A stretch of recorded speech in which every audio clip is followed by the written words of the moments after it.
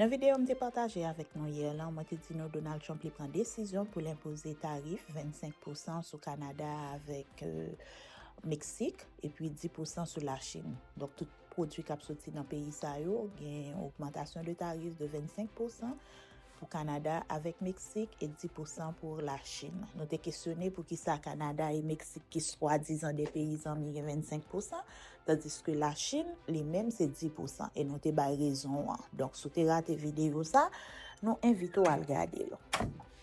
Hier, nous consommons nous qui dit non, Jean-Baptiste yo pral les États-Unis là, tout le monde va le faire problème santé mentale. Oui, situation li dure, li incertain. Li incertain pour immigrants, tout immigrant chaud, li incertain tout pour marché. On a regardé hier, tout stock market là te descend à zéro, descend plat à terre, nous te ka dit market là crasé. Donc emploi, en pile emploi doit perdu. Donc c'est vraiment un moment d'incertitude. Ça ka vini pour États-Unis, nous pas connaître.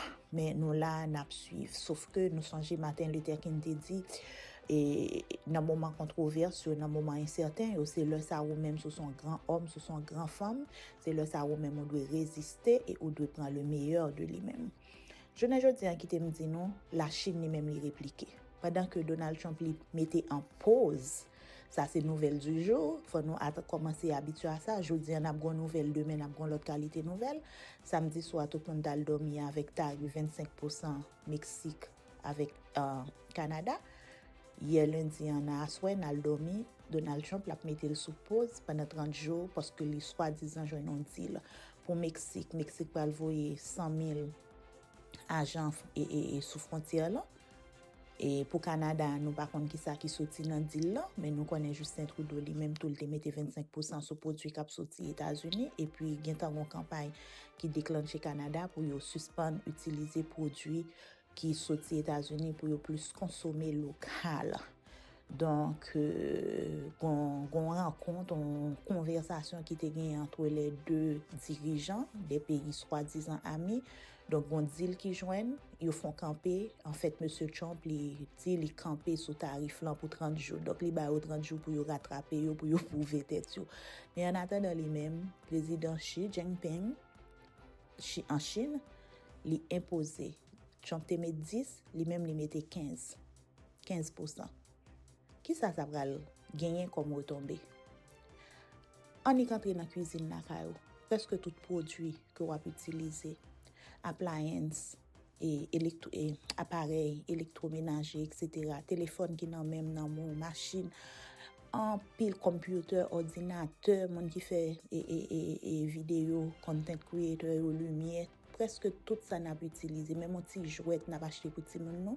Je sorti la Chine. Donc moi t'ai parlé déjà, nous allons commencer par retomber sous bourse non, sous dépenses que n'a fait de tous les jours. Donc prix il pas descendre, il a descendre, prix c'est monter ou pas monter. Moi va le faire longtemps de un reportage et puis avant m'aller quitter me dit non. Le moment où comme ça, pas gain rien qui certain, nous-mêmes c'est le moment plus que jamais pour nous focus sur tête nous.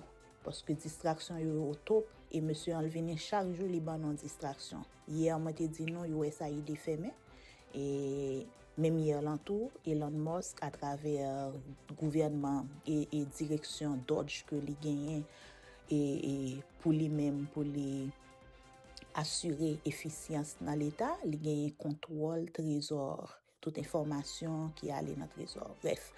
Donc, je dis, il y a deux dans membre cabinet que Donald Trump était sélectionné qui vient pour passer devant le Congrès. C'est secrétaire national défense qui est très controversé avec et responsable santé. En tout cas, Kennedy. Donc, oui, moi j'ai dit le moment où est certain, nous-mêmes nous supposons focus sur tête, non? Focus sur légalisation situation nous ici si nous pas légal et moi dit déjà que l'homme légal pas légal bien que pour Donald Trump avec projet 2025 les même monde qui gagne TPS pas légal pour yo monde qui gagne qui rentre sous Biden CBP1 pas légal et eux même aller plus loin selon sa presse secrétaire il te dit les pour mon traverser frontière là on sont criminels illégalement sont criminels donc c'est le moment pour nous ranger quoi nous Et sinon légal tout mettez plus parapluie sous tête. Non, moi fait vidéo déjà, moi expliqué. Et ou même si tu raté vidéo 5 actions pour faire pour protéger tête ou pour éviter arrestation, déportation, moi invite à regarder. C'est le moment plus que jamais pour mon avocat en contact. Il me dit que moi capable de mettre nous en contact avec des réseaux d'avocats pro bono ici pour petit crasse l'argent. Et c'est le moment tout pour nous investir. Investir, faire de investissement qui plus ou moins sûr. Je dis plus ou moins. Par exemple, il y a un pile monde là qui te gen déprimé, qui estimé que vous fait déficit. Bien que je toujours dis stock market, cryptocurrency, si nous avons investi là-dedans, ce n'est pas l'argent nous besoin aujourd'hui pour demain. Et le market l'en crash, le plat à terre, ce n'est pas le moment pour nous faire tête chaude ou pour nous retirer ça de gain. Il y a un pile monde qui perd du cob, comme ça, tout un pile monde qui fait cob. Donc c'est le moment pour nous investir avec intelligence et c'est le moment pour nous chercher diversifier sources de revenus nous. Côté c'est pas seulement travail là cap ban nous cob, journée jodi là c'est travail là, il y a un problème yo révoque ou pas gain l'argent. Côté pas seulement l'autre sorti al conduire Uber al faire CN ou faire cob, mais faut gain l'autre bagage cap fort faire cob et sois intéressé, moi j'ai un modèle de business, moi parler de ça déjà et m'gan pile monde qui gain temps monter à bord que ou même à téléphone qui dans mon là des programmes minimum en anglais ou parler anglais ou ka jeune travail ou ka faire business tout depuis la caillou. Donc soyez intéressés, faites me connaître ça dans commentaire en bas vidéo ça. Donc m'a quitter nous avec reportage là et qui montre nous que bah yo a changé hein.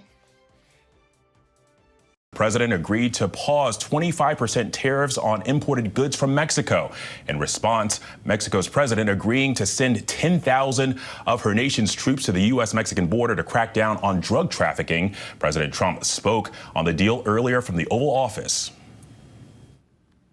President Sheinbaum is a woman. I like her very much. We've had good relationships, but we have to stop fentanyl from coming in, whether I like somebody or not, and we have to stop the illegal aliens. We've agreed to talk and consider various other things. We haven't agreed on tariffs yet, and maybe we will, maybe we won't.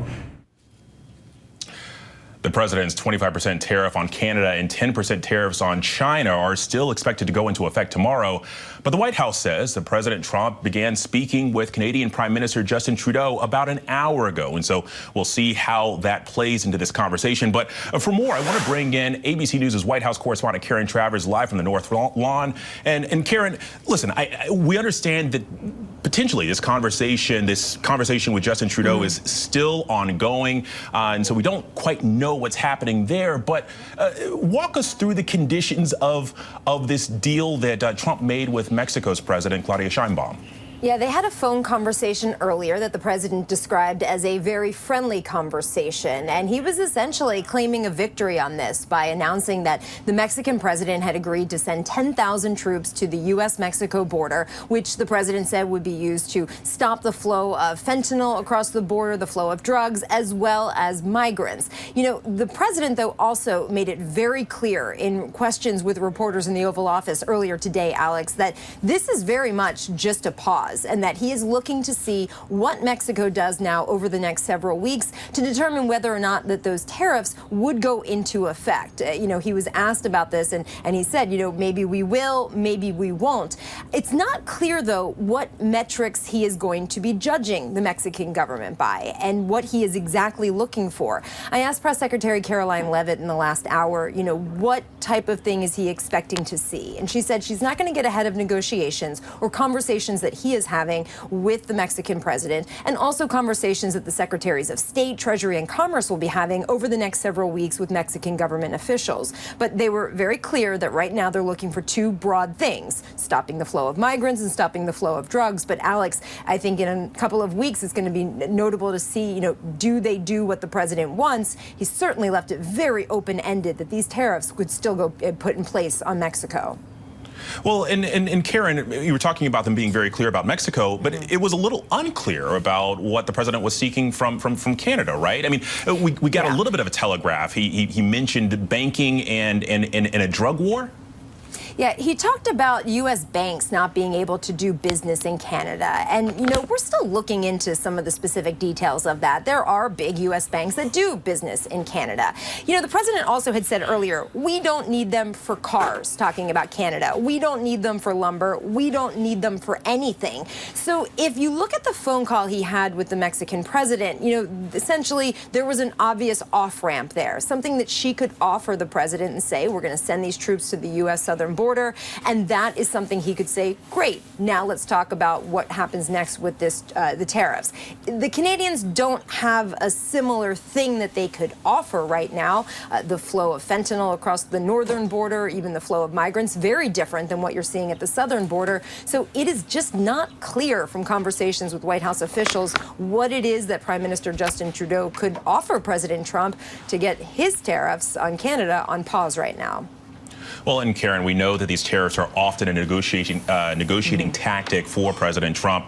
The third country that's been slapped with these pending tariffs, the 10% on China. So is it possible that he might broker a deal with them before these tariffs actually take effect?